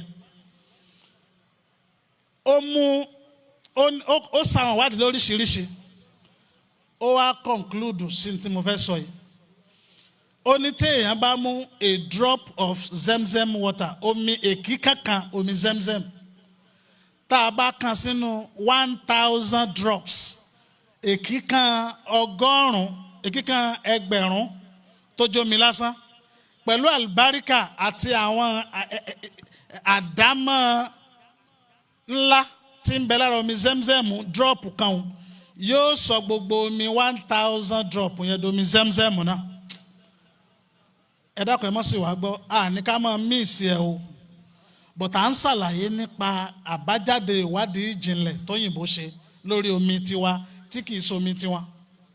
téèyàn bá bu 1000 drop kalẹ̀ téèyàn wá kán a drop of Zamzam water ni sí 1000 drop yẹn máa jàlùbáríkà a drop yẹn táwọn gan ó di Zamzam padà látara pé omi tó wá látọ̀dọ̀ Ọlọ́run ni tó sì jẹ́ ọba alágbára lórí gbogbo nǹkan. Àwọn Amẹ́ríkà wọn yìí gbà kéèyàn gbómi wọ̀lú wọn àbí kéèyàn send omi lọ sílùú wọn anyhow lọ́nà kan àbọ̀nà míì ṣùgbọ́n omi Zamzam nìkan ni wọ́n gbà kẹ́ ẹ gbé wọlé bó ṣe wù yín lọ sílùú Amẹ́ríkà. Má sọ pé lọ́la ń pa o, mo ti send omi Zamzam lánàá sí ọ̀nà 2 l'Amẹ́ríkà, so ní New York àti Pennsylvania àbí kí ni wọ́n ń pè. So òótọ́ ni ìwádìí yẹn, omi wọn àgbọ́mi míì láyè ṣùgbọ́n wọ́n gba kẹ́ ẹ send omi Zamzam wọlé. Wọ́n ń pè kíní kan ní recycling. Ọ̀pọ̀lọpọ̀ àwọn ìlú tí wọ́n ti dàgbà sókè ẹ̀yẹ rúsìn Ọlọ́run, àwọn omi waste water wọn tí wọ́n omi ìtọ̀ omi nǹkan tí wọ́n ti lò òun náà ni wọ́n tún ń recycle tí wọ́n ń sọ dọ̀tun tí wọ́n tún lò. Arákùnrin Masaru mọ́tò yìí gbogbo akitiyan ló ṣe ó lo ìmọ̀ ìjìnlẹ̀ kan tí wọ́n pè ní nano láti lè recycle Zamzam water. Wàláhì bí a bá ju abẹ̀bẹ̀ sókè nígbàgbà ibi pẹlẹbẹ nífínlẹ̀ kò rí ṣe. Omi yẹn wà bó ṣe wà náà ni kò yí padà kúrò bó ṣe wà. Lára àwádìí rẹ̀ tí mo sọ lọ́dẹ òmu ni pé ó wá ṣe kinní kan, ó bu omi kọ́ọ̀pù kan ó gbé lọ sí laboratory, ó yẹ̀ wò, ó wo viscosity, ó wo density, gbogbo tó yẹn máa wò nípa omi ó yẹ̀ wò, ó ṣàkọọ́lẹ̀ rẹ̀.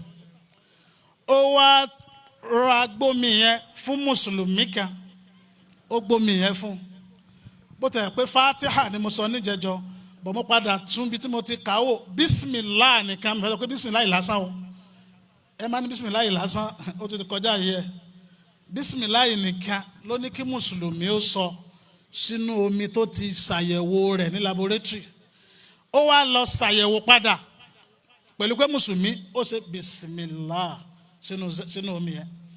Ó wá rí wípé omi yẹn ti tẹ̀síwájú pẹ̀lú àwọn nǹkan dáadáa ó ti wọnú omi yẹn tómi yẹn fi lè ṣe ìwòsàn tekbir. Ó wá padà conclude kì í ṣe mùsùlùmí o pé téèyàn bá ń ka àyà Kùránù sínú omi ó lè ṣe ìwòsàn. Kèfèrí ló sọ bẹ́ẹ̀ wàláhì. Àwọn mùsùlùmí wàláhì àbùkátà ká máa lọ káàkiri ntàn wa lọ Sókótó ń bẹ lápò Sókótó wa ẹ̀yẹ rúsìn Ọlọ́run. Eléyìí ó làwọn ìwádìí ìjìnlẹ̀ tí arákùnrin yìí ṣe nípa omi Zamzam. Iṣẹ́ wo wá lomi Zamzam ń ṣe ẹ̀yẹ rúsìn Ọlọ́run. Ó ti hàn nínú ọ̀rọ̀ mi pé má u Zamzam lima shuriba lahu. Omi Zamzam ntẹ́ ẹ bá torí ẹ̀ mú ni ó ṣe, ìyẹn ni number 1 iṣẹ́ tí ń ṣe gbogbo ń ṣe ni. Mo rántí pé bàdàn mo ṣe lecture yìí káyìn lágbègbè kan bẹ́ẹ̀ Abuja fàrú lè má bẹ́ẹ̀. Ustaz wa mú bí ẹ̀yà àfisọ́ wùlá wàrọ̀hà Muhammadu Awal wọ́n wá bẹ́ẹ̀ ńjọ́ náà wọ́n ní lẹ́yìn tí mo parí wáàsí làwọn gun stage. Àwọn ní wáàsí tí máa mú ṣe yìí o àwọn mọ àìmọye àwọn èèyàn làwọn mọ̀ tó jẹ́ sí pójú ń dùn wọ́n omi Zamzam ni wọ́n lò tí wọ́n fi rí na tekbir. Lára rẹ̀ ni pé ó túmọ̀ sí pé omi Zamzam téèyàn bá ní ṣòro ojú èyí ó ṣàdúrà sómi Zamzam èyí ó máa fi sójú yẹn díẹ̀díẹ̀ láwọn àìsàn ńláńlá tó àwọn dókítà ti ká gara pé glaucoma kò lọ́nà àbáyọ, cataract kò lọ́nà àbáyọ, ìwọ wá Zamzam wọ́n ń ta everywhere nílẹ̀ Ifẹ̀ wọ́n ń ta ẹ lọ́ra ẹ kàn sá mẹ́sàn pójú lówó ẹ ṣàdúrà sí ẹ wá máa fi sójú yẹn lọ́nà kan àbọ̀nà mi. Kí n tó wá gbàgbé àdúrà tó dáa jù tá a lè ṣe sínú omi Zamzam òun ni pé Allahumma inni as'aluka ilman nafi'a wa rizqan tayyiba wa shifa'u min kulli da'i wa amalan mutaqabbala. Malaika Jibril ló wá kọ́ ànábì wa Muhammadin sallallahu alayhi wa alihi wa sallam. Tá a bá wá máa ẹ jẹ́ ká gbìyànjú ká tọ̀ àwọn àfáà lọ àbí ká ṣàdúrà tá a bá mọ̀. Islam ẹ̀sìn rọrùn ni ká máa wá fi sójú wa. Ìṣòro kíṣòro tó wù kó máa bá wa lójú òun ni a lè sọ pé àǹfààní ẹlẹ́ẹ̀kejì ẹ̀yẹ rúṣin Ọlọ́run. Ẹlẹ́ẹ̀kẹta nínú tí mo sọ lẹ́ẹ̀kan pa àfi lè àbá máa fi ń ṣe ìwòsàn fún kánsà ńlànà Islam omi Zamzam number 1 kílẹ̀ rí arábìnrin kan ọmọ Brazil ni ó ní kinní kan tí wọ́n ń pè ní leukemia a máa ń pè ní sharitonu dami òun ni cancer of the blood leukemia obìnrin yìí ní Brazil ó ti kése mùsùlùmí ó ti wá gbọ́ròyìn nípa omi Zamzam ó wá kúrò ní Brazil ó ṣèrìn àjò lọ sí Saudi Arabia omi Zamzam ní mu ẹ̀yẹ rúsìn Ọlọ́run omi Zamzam ní fi ń wẹ̀ wàláhì ẹ̀yin náà lè gọ́gù ẹ̀ ó padà dé Brazil báyìí wọ́n ṣàyẹ̀wò ẹ̀jẹ̀ wọ́n rí i pé jẹjẹrẹ kan kò sí nínú ẹ̀jẹ̀ rẹ̀ mọ́ kódà àwọn òyìnbó pariwo mírèkù pé níbo ló lọ níbo ló ti rí ìwòsàn torí pé táwọn mọ̀ ní pé kò sí ìwòsàn fún cancer so Zamzam number 1 tí èyí ó máa mu èèyàn lè máa dàníyàn sí téèyàn ò bá sí níbi tí wọ́n ti lè báyọ̀ ṣàdúrà sí but tíra kan bẹ aliju nafsaka bil Qur'an wal ashab al Qur'an shifa'u li arwah tíra kékeré báyìí ni Saudi mo ti rà á bọ̀ lọ́wọ́ bí àárín ẹ̀rí ìlàjú shariton ìwòsàn fún kánsà àwọn amú àyàtú shariton wa àwọn àyà tí èèyàn lè kà sínú Zamzam táwọn èèyàn ó fi lò ó tí wọ́n dẹ̀ lálàáfíà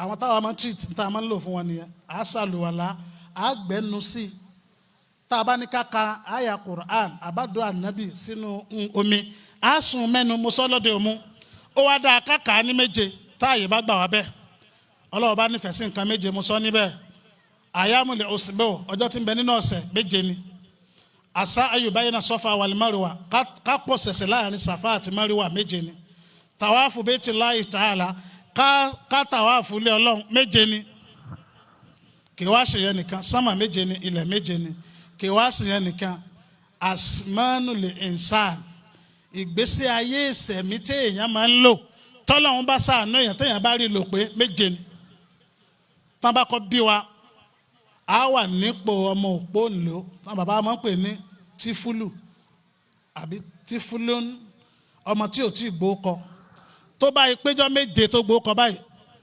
ipò rẹ̀ ti yí padà yóò máa jẹ́ sọ̀bíyún ẹlẹ́ẹ̀kẹta tó bá ti ń bàlágà yóò máa lọ sí mẹ́rẹ́ alátùlì màrọ́ ikọ̀ tàbí mẹ́rẹ́ alátùlì buluk ó ti ń dàgbà gbogbo nǹkan bímọ ó ti ń yọ lára rẹ̀ àti bẹ́ẹ̀ bẹ́ẹ̀ lọ tó bá yóò di ṣáàbùn olẹ́lẹ́kẹrin ọ̀dọ́ tó bá yá yóò wá di níta mà sí ṣéhún ó ní ipò tó tẹ̀lé tọ̀dọ́ gbogbo Ọlọ́run mọ́sá ìjẹ́ káàkà pé mọ́sá ìfi ṣe wá lọ́sọ̀ọ́ lẹ́yìn tó bá ti di ṣéhún yóò di níta mà sí harimon ilé tó wá jẹ́lẹ̀ keje òní káhálún arúgbó kọ̀jọ́kọ̀jọ́ arúgbó kùjọ́kùjọ́ tó ti gbó méje ni ìgbésí ayé ọmọnìyàn so Ọlọ́run nífẹ̀ẹ́ sí nǹkan méje ibẹ̀yẹ mo ti lọ kákàálẹ̀ méje tá a bá rí ká tá a bá dẹ̀ rí ká kákàálẹ̀ yọkọ̀ ká àbí méjì méjì Zamzam ó wúlò fún gbogbo ìṣòro tó ní nǹkan ṣe pẹ̀lú oyún gbogbo tí mò ń sọ yìí níta àti dánwò tó ṣiṣẹ́ ni o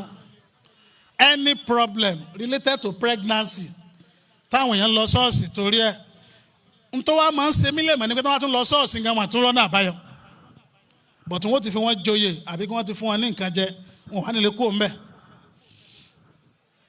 Zamzam gbogbo òṣòro tó ní nǹkan ṣe pẹ̀lú oyún inú ó ṣiṣẹ́ fún lọ́nà wo ẹlòmíì ó lè máa lóyún kó máa bàjẹ́ wọ́n pè ní àlè ìjìhad ẹ̀ ń bá ń lóyún tí ń bàjẹ́ tí ń lóyún tí ń bàjẹ́ tí ò dẹ̀ lóyún ju fibroid àbí fibromyoma àbí low fibromyoma ó máa ń bọyún jẹ́ èèyàn ṣàyẹ̀wò but àwọn kò níṣòro tó ní nǹkan ṣe pẹ̀lú gynecological kó wá Zamzam tó bá ráàfà tó lè bá kà á sí tàbí tó náà ó bá kà á sí àwọn àyà tó ní nǹkan ṣe pẹ̀lú sábàtà àbí yathbutu ní alukur'an lára rẹ̀ ní yā ayyuhal ladhīna āmanū in tansurullāha yansurkum wa yusabbit aqdāmakum kó ka méje kálẹ̀nu tó bá mọ̀ nìyẹn ó wà ní suratul Anfal Quran chapter 8 láti verse b 8 9 10 ó pọ̀ ńbẹ̀ wa idh yamkuru bika alladhīna kafarū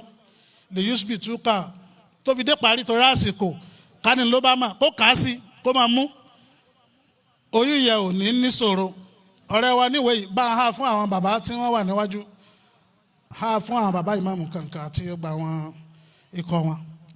Náà eléyìí lára àǹfààní tí Zamzam ti ń ṣe ni. Tí èèyàn bá tó wá lóyún, ìgbà míì èèyàn lè lọ ya scan kí wọ́n sọ wípé ọmọ jókòó sínú ẹ̀ tàbí kí wọ́n sọ pé ìṣòro ọmọ cross ikùn rẹ̀.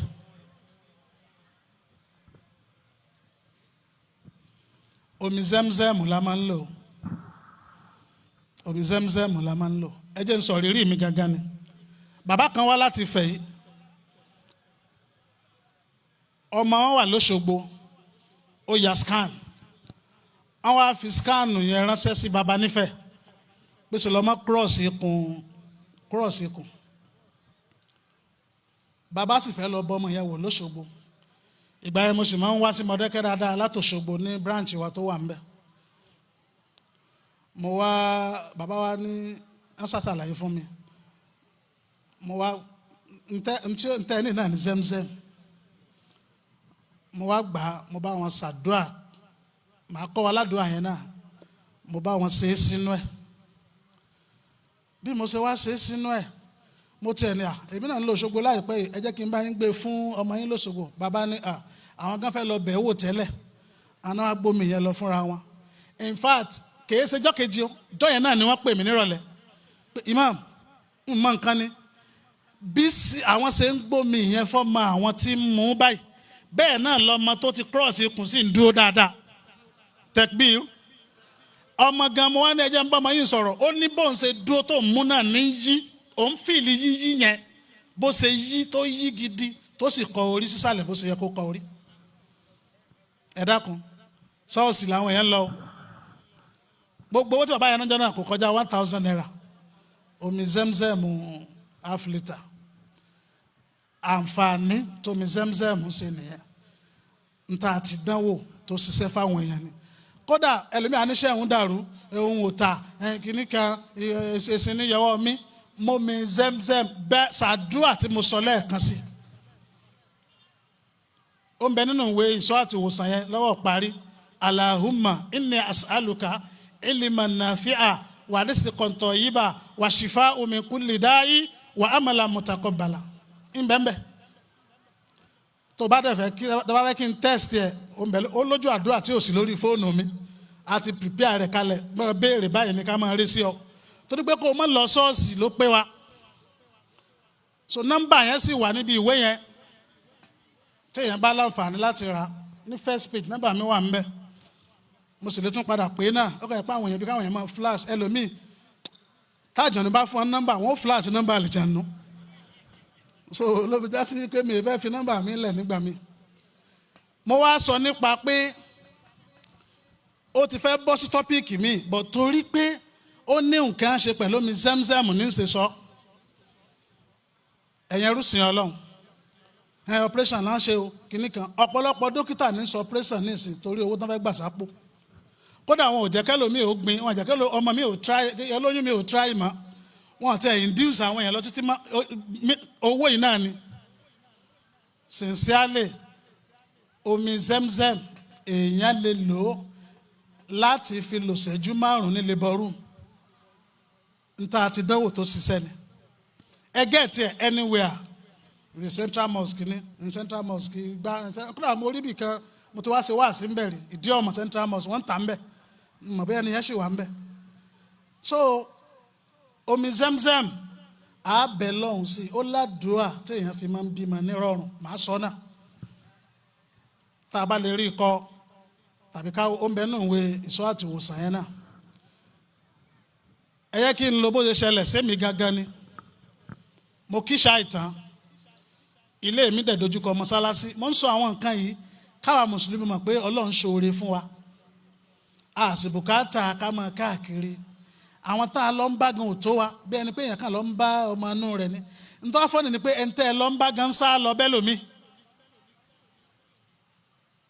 Ẹnìkan bá mi hágìú ńjọ́ kan, mo sọ pé ọ̀pọ̀lọpọ̀ pastors náà máa ń wá gbà wòsàn ní wòsàn rọrùn.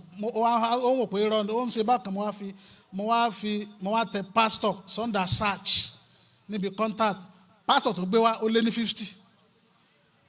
ẹlòmíì tí ò lè wá lọ́sàn-án wá lóru, ẹni tí ò lè wá ẹ̀ka wa lóṣogbo ń wá wa lọ bòmíì tán àti ní rí. Ibẹ̀ làwọn mùsùlùmí wá ń lọ. mo kíṣà ìtàn, mo wá lọlé, n bá rí i pé ìyàwó mi kan ó ti ń rọbí. Mo wá ní alhamdulillah, mo wá gbé mọ́tò jáde, mo wá mú omi Zamzam, mo ṣàdúrà sí, mo mú zaitun, mo sáà ń fọwọ́ kan drive, mo kọ́ ṣàdúrà sí Zamzam, mo gbé fún ó mú, mo wá tún ṣàdúrà sí zaitun, mo wá gbé fún lẹ́nu géètì. Ẹ ń bá máa ṣubí aró lóṣogbo, àṣubí aró hospital tó ti sọ di kìnnì kan LAUTECH nísìn. Téèyàn bá dẹnu géètì báyìí, apá òkèlè yẹn ó yà sí lọ síbi tí wọ́n ti ń bímọ. Mọ́ṣúárì náà apá òkèlè wà ọlọ́sọ à ń bẹ̀. Èmi wá yà sókè. Ibi ó ti ń bímọ sẹ́nu géètì kò kọjá 2-3 minutes. Ẹnu géètì mo ti gbèsè tún fún, mo ti gbómi fún tẹ́lẹ̀. Wọ́n wá kó abẹ́rẹ́ nínú àwọn ẹrù ọmọ tá a rà, abẹ́rẹ́ kan jẹ́ fake ńbẹ̀ tí wọ́n fún wa. Wọ́n ní aláàjì abẹ́rẹ́ fake ni ẹ lọ change ẹ wa. Mo wá fẹsẹ̀ mi gbé mọ́tò mọ́, mo rìn ẹ ń bá ma bẹ̀ dáadáa, kò ju bí 3-4-5 minutes ń fi rìn dé ẹnu géètì lọ. Mo wá change abẹ́rẹ́ ẹ̀ tán. Ìgbà tí ń fi débẹ̀, ìyàwó mi ti bímọ. Èmi ò tiẹ̀ mọ̀ kó ti bímọ. Àwọn tá a ti bá ń bẹ̀ tán ti lọ́jọ́ 4 jọ́ 5 ni wọ́n ní Ọlọ́run ṣàánú àwa náà, ìyàwó àfáà tó dé ní ìsìn, Ọlọ́run ṣàánú àwa náà. Sẹ́wọ̀n pé ẹ̀rí kọ́kọ́ pa mí. Òróró yẹ ó mú kù. Ó lẹ́nìkan ọ̀rẹ́ mi ni, apàdé ń bẹ̀, Abdulwasi Tiamiyu. Níbo ni àwọn tí wọ́n bí tó jọ mẹ́ta, òróró tíyàwó mi kù mo gbé fún. Ó mú báyìí, fòkì lọ́mọ jáde bí ẹni pé yẹn yìnbọn lọ́mọ jáde. Ó wá kù àwọn bíi 14 bíi 13 mí ń bẹ̀ tí wọ́n ṣe yé sùn, ẹ̀wù tọkọ mi sọ mí dà bẹ́ẹ̀ ṣe máa ń sọ ẹ̀wù tọkọ mi ọkọ mi o, yé kìíní kan o, wọ́n sà ń sọ. Kò dẹ̀ sí òróró mọ́, kò sí sẹ́mùsẹ́mù mọ́. Mo wá pe àwọn ọkọ ìyàwó, ẹ máa bọ̀, ẹ já ṣàdúrà, ẹ jókòó, ẹ jẹ́ kí mi máa ṣe. Ibi tẹ́ ẹ bá máa dé, ẹ̀yin náà ẹ máa ṣe ń bẹ̀. Màá sọ àdúrà yẹn nísìn. Àwa ń ṣe. Bá ṣe dáàyè kan, ẹgbọ́n wọ́n gbé, ó di inú ibi tí wọ́n máa ń gbé àwọn aláboyún tó wá fẹ́ bímọ sí ní postnatal ward. Sincerely, èèyàn tó bímọ ń jọ́ náà jẹ́ 15. N tó wá fọ́ọ̀nì ni pé it was on Saturday. Mo ń sọ pàtàkì agbára tí ń bẹ nínú Islam. Ẹ̀sìn yìí gbogbo ń ta bùkátà sí Ọlọ́run ti fi tì wá ń bẹ̀. Islam lè dá dúró láì fara ti nǹkan kan. Gbogbo ń ta afẹ́ ní bẹ nínú Islam, àfẹ́ tí ò bá fẹ́ ló kù. It was on Saturday. Mo apadà dọ̀rẹ́, mo exchange number pẹ̀lú wọn, mo sọ fún wọn nípa program tí mò ń ṣe lórísun òdodo farahàn nǹkan. Mo ní àyè wà láti pè wọlé, Olúwa mi o. Ń gbó di àsìkò àti máa pè wọlé, wọ́n kàn pè wọlé ni. Pé àṣàwà lè àpè látàṣubí aró lọ́sọ̀gbọ̀ gbogbo program tí wọ́n ṣe yẹn òdodo ní o, Allahu Akbar. Ìgbà ọdẹ stage kan tí nǹkan táwọn ayọ̀mí ẹlòmíì ò lè pè wọlé mọ́ ni mo kọ́ tiẹ̀. Wọ́n ń gbé fúnra wọn ni Allahu Akbar, Allahu Akbar. Wọ́n á lè gbàgbé mi lásùbí aródò ni. Kí sì ni torí Islam? Kí wàá làdúrà yẹn? A lè lo Zamzam, a lè lo zaitun. Bóyá ọmọ cross ikùn, àbí àwọn wa tẹ̀ tí ń rọbí gan, àbẹ́ ní ìṣòro tó ní nǹkan ṣe pẹ̀lú oyún.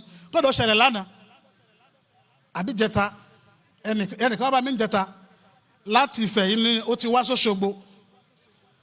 Ìyá yẹn a máa pè ní ìyá DG lọ́nà ọ̀nà bí mo ṣe náwó yìí náà ni.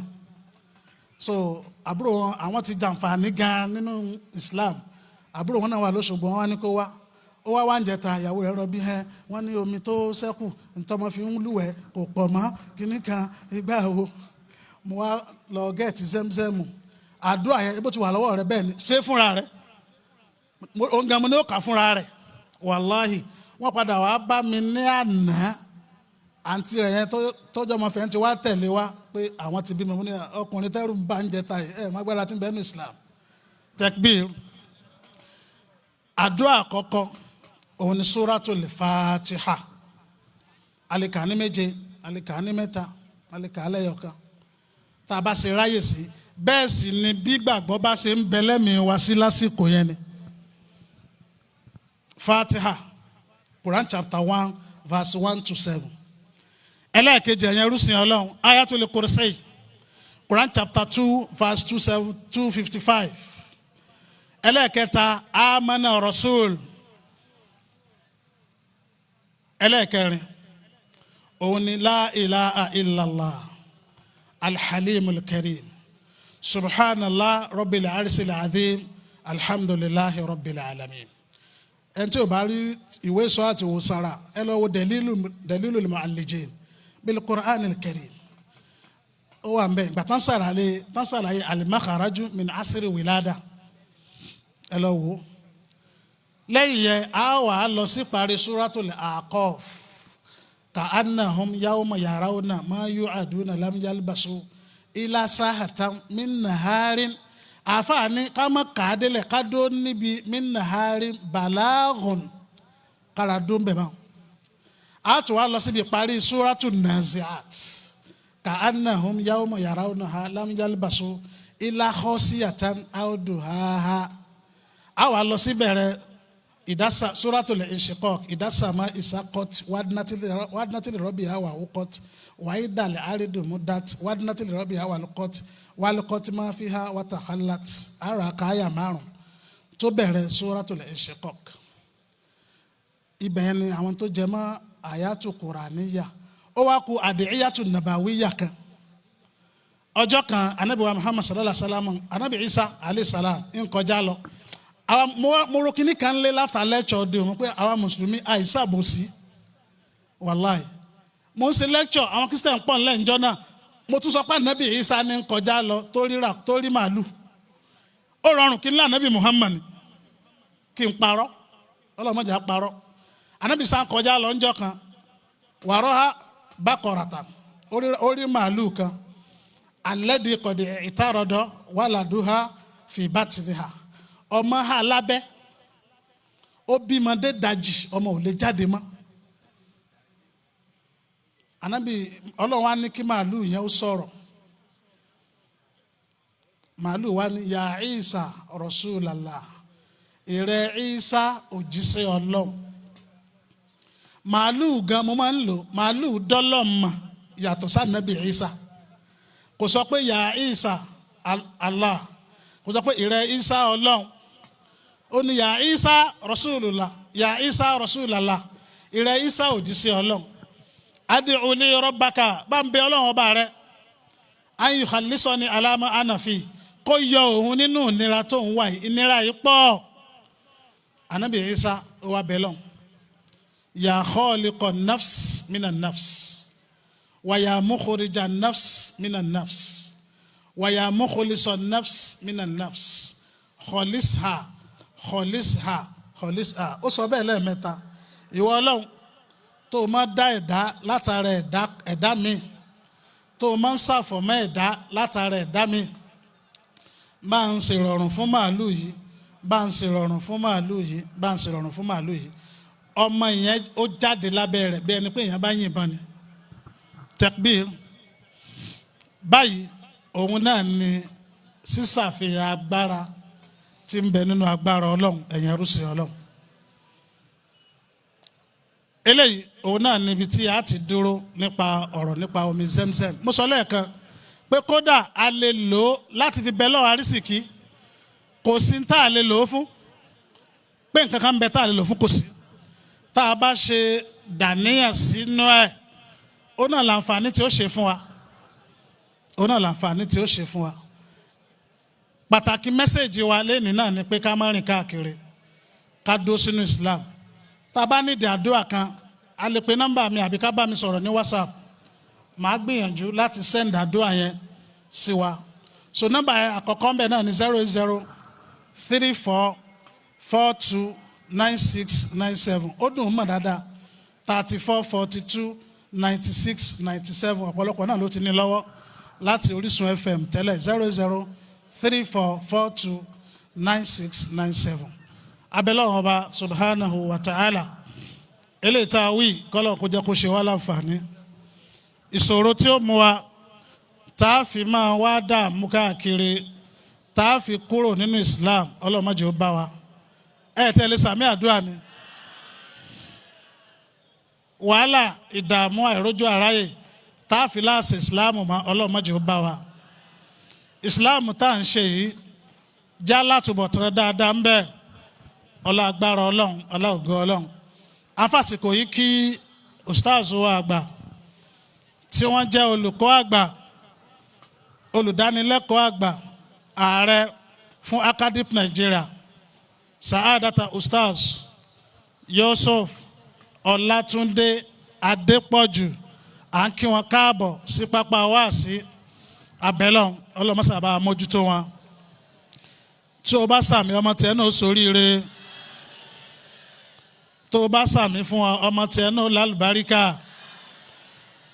abẹ́lọ́n mọ́sàbà mójútó wọn mọ́sàbà mójútó wọn eléyìí tí wọ́n ń ṣe yìí iṣẹ́ tó léwu ni torí pé ọmọ aráyé ò fòdodo irọ́ òun náà lọ́mọ ọmọ ènìyàn fẹ́ ọlọ́mọsàbà mójútó wọn lílọ bíbọ̀ ìwọlé ìjáde wọn ọlọ́wọ́ báwo antala afis ho minkuli musiba ti dunia gbogbo musiba ayé musiba àlìjànú musiba oníkèéta torí pé likuli di ní mati maasud kò sẹ́ńtọ́lọ́hún fẹ́ ṣoore kan fún tẹ́ni náà ò ní oníkèéta kan àbí kejì báwa sọ wọn kúrò níbi aburú àwọn oníkèéta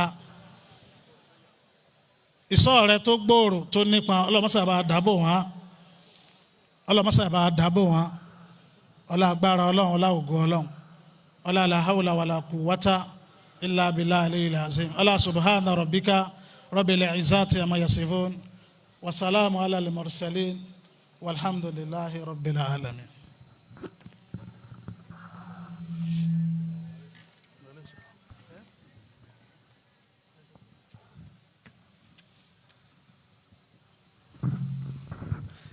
ẹ jẹ́ ní jazakumullahu.